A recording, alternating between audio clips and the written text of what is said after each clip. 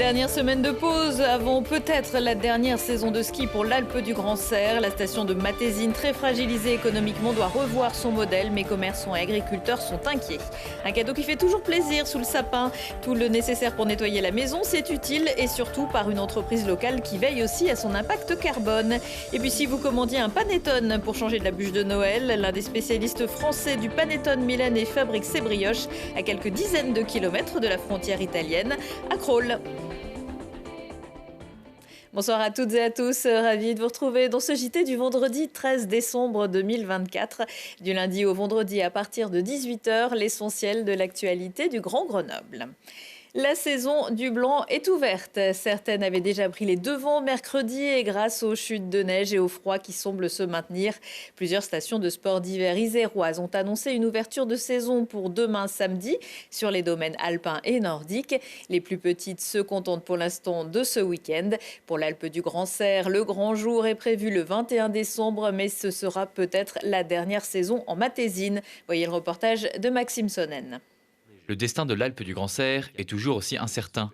La station de moyenne montagne aux portes de Loisan, après une annonce de fermeture puis de réouverture, va subsister encore au moins un an, mais aucune visibilité sur la suite. Une épée de Damoclès qui pèse sur tous les habitants de la Morte et son économie. Sur l'Alpe du Grand Serre, on a en gros entre 150 et 180 habitants à l'année. Ce qu'il faut savoir, c'est que pour la saison d'hiver, ça représente entre, les 150 emplois, 190. En première ligne, les commerces dédiés à la saison hivernale, comme les magasins de location de ski ou les restaurants. Certains ont déjà prévu l'échéance et ont préféré mettre la clé sous la porte en avance, tandis que les fidèles encore présents désespèrent d'une solution. Nous, les peu de commerçants qui restent, on n'est pas...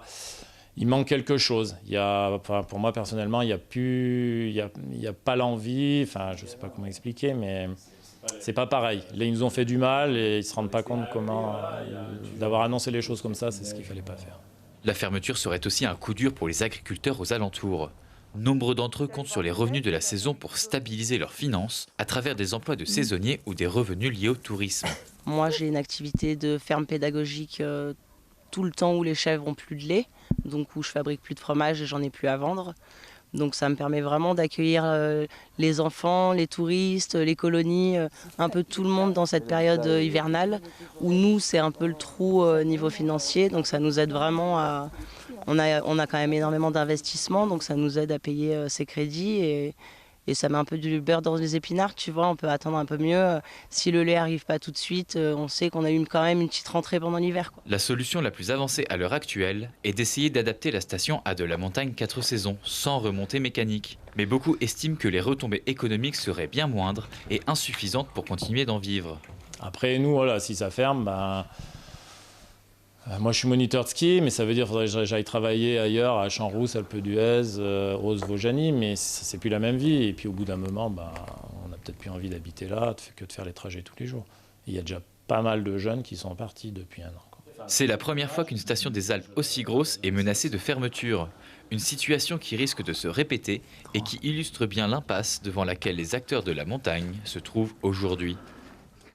La nouveauté cette année à l'Alpe du Grand Serre devrait être à la place d'une boutique de ski qui a été fermée, l'ouverture d'un tiers-lieu avec location de matériel au rez-de-chaussée et lieu de vie avec par exemple une librairie à l'étage. En Matésine, où la neige peut parfois faire des miracles, depuis dimanche, le lendemain de la réouverture de Notre-Dame de Paris, une vidéo circule sur Internet montrant la statue de la Vierge de la Salette. Sur ses joues semble voir rouler des larmes, comme celle que 2 enfants disaient avoir vue en 1846, une apparition divine à l'origine du monastère. Aux nombreux croyants d'Allemagne, du Brésil ou d'autres pays qui ont contacté le sanctuaire, il a fallu préciser que ces gouttes n'étaient qu'une manifestation du ciel, pas celui-là, l'autre, bref, de la neige qui fond. En Oison, la route qui mène à Saint-Christophe, de nouveau accessible aux automobilistes à partir de ce vendredi soir avec une semaine d'avance. Depuis les crues torrentielles du 21 juin dernier, le village était presque coupé du monde, mais le chantier a bien avancé. La portion menant à Venosque avait pu rouvrir au début du mois. Babyproof, la mesure sera proposée au vote lors du conseil municipal lundi à compter du 1er janvier. Les agents municipaux de la ville de Grenoble pourront prendre jusqu'à 30 jours de congés supplémentaires dans les 6 mois qui suivent la naissance de leur enfant, en complément du congé paternité ou d'accueil prévu par la loi, et ce de manière continue ou discontinue. Pour la municipalité d'Éric Piolle, cette autorisation spéciale d'absence, qui égale donc le congé maternité, vise à promouvoir une parentalité partagée et à réduire les inégalités professionnelles et salariales. Partager aussi les tâches ménagères, oui, mais avec des produits locaux, c'est encore mieux. Assassinage, Remue Ménage mélange les torchons et les serviettes, si possible en microfibre, et fabriqué dans son atelier sous la marque Big Bros. L'entreprise commercialise aussi des balais, des pelles ou des seaux. Gaëtan Loiseau. Des brosses, des balais, des pelles, des seaux, l'entreprise iséroise Remue Ménage se place comme un indispensable pour vos corvées ménagères. Notamment avec sa marque Big Bros qui s'inscrit dans une démarche écologique. Nous, on s'est beaucoup attaché au travail sur la réduction des emballages et à commencer déjà par des emballages plus responsables, supprimant les plastiques dès que cela était possible. Le client, il va choisir et sélectionner ses produits la plupart du temps en les touchant. Et le fait qu'ils ne soient pas en plastique les rend facilement accessibles. Il va pouvoir se rendre compte de la dureté des fibres, de la surface de balayage. Le client pourra donc faire le tour des 250 références que compte la marque, en particulier de ses produits phares en microfibre, des textiles nettoyants de haute qualité. La qualité, c'est l'épaisseur et la densité de la microfibre qui fait que nos produits sont particulièrement absorbants et la microfibre simplement utilisée à l'eau claire a des pouvoirs de dégraissage naturel. Avec en plus une durée de vie très longue et dans une volonté de relocaliser la production en France, l'entreprise a confectionné une machine dans le but d'automatiser la découpe et le pliage de ses produits en microfibre. Et ce, non sans difficulté. C'est facile d'avoir une idée, c'est moins facile de développer la machine qui va derrière. Parce que le textile, ça reste un produit vivant. On maîtrise la partie automatisme, partie déplacement de mouvement, partie programmation, conception. Mais ce qu'on maîtrisait moins, c'était la partie phénomène aléatoire dans le tissu. Donc le fait de comment le tissu allait se comporter en adaptant un process industriel à celui-ci. Donc c'est toute la difficulté. 2 ans et demi de design et 1 an de développement plus tard, la machine devrait être opérationnelle en fin d'année. De quoi ouvrir les perspectives de Remue Ménage. On développe cette nouvelle activité qui à la fois va concerner donc en fait les accessoires de ménage, qui est l'activité qu'a Remue Ménage depuis le démarrage, puisqu'on fait déjà des balais, des seaux, etc., mais qui a également pour ambition d'aller vers d'autres marchés. On est en train d'en voir le bout tout doucement. Donc je compte faire de cette entreprise on va dire une belle industrie dans les années qui viennent. Remue Ménage, c'est la nouvelle saga d'Alpes Décideurs à voir ce samedi à 21h sur Télé Grenoble. Allô, allô, monsieur l'ordinateur, c'est le début d'une histoire entre ST Microelectronics et Kobli, la start-up grenobloise issue du CEA et du CNRS qui planche sur un ordinateur quantique. L'expérience de l'entreprise franco-italienne dans la fabrication de semi-conducteurs doit permettre de gagner plusieurs années dans le développement d'un ordinateur quantique totalement tolérant aux fautes et pour cela franchir la barre du million de qubits d'ici 2031, dixit la PDG de Kobli, Maud Vinet. C'est gonflé. Le Grésivaudan abrite un vice-champion de France de panettone. Raphaël Jubert a obtenu son titre en 2021 et depuis, il continue de multiplier les panettones comme des petits pains. Surtout en décembre, puisque sa dégustation fait partie pour beaucoup des traditions de Noël. Jérémy Pinard. Une odeur de levain mélangée à celle du pain chaud. Dans l'arrière-boutique de cette boulangerie, un vice-champion de France de panettone s'y cache. Réputé pour son pain biologique, le pain de Saint-Hugon prône un savoir-faire artisanal à base de levain naturel. Mais la star de cette vitrine en période de fête, c'est bel et bien le panettone. Oui, c'est du savoir-faire, c'est fin, je sais pas comment vous dire, on craque. C'est vrai ? On craque et on prend des kilos. Il est très bon, ouais, il est très bon. Et là, j'ai vu qu'il y en avait un nouveau gingembre, citron, chocolat, qui a l'air d'être très très bon. Une passion découverte en 2020 par Raphaël dans cette boulangerie initialement créée avec son père. Le processus pointilleux de la production de panettone prend 2 jours. Après un premier pétrissage la veille sur la base de la pâte et une bonne nuit de fermentation au chaud, il est l'heure du second pétrissage. On y ajoute de la farine, des fruits confits, de l'agrumes, du jaune d'œuf et l'arôme à panettone fait maison par la boulangerie. Il faut compter 45 minutes pour ce second pétrissage. C'est bon, on a terminé le pétrissage.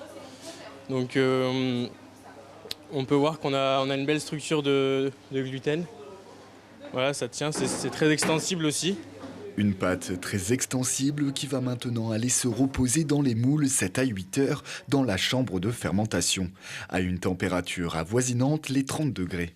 En fait, on les met, elles sont à peu près à ce niveau ici de pâte dans le moule.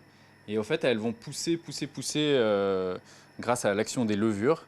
Et quand elles arrivent à peu près au top du moule, eh ben, on les met au four avec une petite préparation et puis ça pousse au four.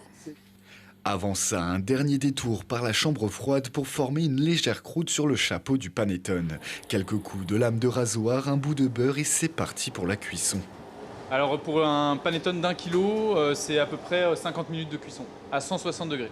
50 minutes plus tard, à 160 degrés, les panettones ont bien doré et sont enfin dans leur forme finale après 2 jours de préparation. Le mieux, c'est de les laisser la tête en bas pendant une quinzaine d'heures. Ça, c'est le top. Ensuite, demain, on va les dépendre, on va les regarder un petit peu, on va les mettre sous plastique parce que c'est comme ça qu'ils se conservent le mieux et ensuite, on va les vendre. Produit exclusivement pour les fêtes, à retrouver en boutique au Pain de Saint-Hugon, mais aussi sur les marchés de Grenoble. On remercie évidemment Jérémy Pinard, dont c'était le dernier reportage de l'année. Jérémy nous quitte pour voguer vers de nouvelles aventures. On l'embrasse très fort. On espère qu'il reviendra nous voir très vite. Et pour d'autres gourmandises, Ma région, ses terroirs, c'est le thème du dernier numéro de Voyons voir, le magazine des chaînes locales d'Auvergne-Rhône-Alpes que vous pouvez retrouver samedi à 18h15 avec un focus sur la noix de Grenoble chez des nuciculteurs isérois à Brézin. L'occasion aussi, si vous ne l'avez raté jeudi, de prendre des notes sur la recette de la brioche Saint-Marcelin-Noix et son gratin de ravioles crumble de noix. Pour les cadeaux de dernière minute ou pour profiter du territoire sans voiture, les trams et bus de la métropole et du Grésivaudan, je vous le rappelle, seront gratuits les samedis 14 et 21 décembre. Pour les lignes urbaines du Pays Voironnais, ce sera les 15 et 22 décembre. Les transports du secteur qui fusionnent officiellement dans le SMAG. À partir du 1er janvier, un seul ticket permettra de voyager dans la métro, le Grésivaudan et donc le Pays Voironnais. Besoin de personnes pour le Supercross ce vendredi et samedi soir dans le chaudron du Palais des Sports de Grenoble. C'est la finale du championnat de France SX Tour. Les meilleurs pilotes français, dont le favori Grégory Aranda, s'élanceront sur la piste de 420 mètres et ses multiples modules qui auront à nécessiter le déplacement de plusieurs tonnes de terre. Des shows freestyle sont également annoncés. Le mois dernier, le Palais des Sports accueillait un événement majeur, les rencontres ciné-montagne, pour voir ou revoir les films qui ont marqué la 26e édition. Télé Grenoble joue les prolongations. Attention, dernière séance ce dimanche à 21h avec la Paralpine, une traversée de l'arc alpin en marche, escalade, alpinisme, un film de Guillaume Funk qui a remporté le prix du public. Une soirée avec aussi le grand saut auquel a participé notamment Liv Sansoz. Retour de l'actu dans 1 heure et en replay sur télégrenoble.net. Dans quelques secondes, la météo. On se quitte en musique avec Alyosha Schneider. Le comédien, auteur, compositeur, interprète vient présenter son 3e album sur la scène de l'Heure Bleue de Saint-Martin-d'Air samedi soir. Belle soirée et excellent week-end à tous. Qu'est-ce que ça veut dire d'être ensemble si on n'est pas ensemble? Est-ce que ça suffit de s'attendre? Je voudrais partir maintenant, te retrouver, tu me manques tellement.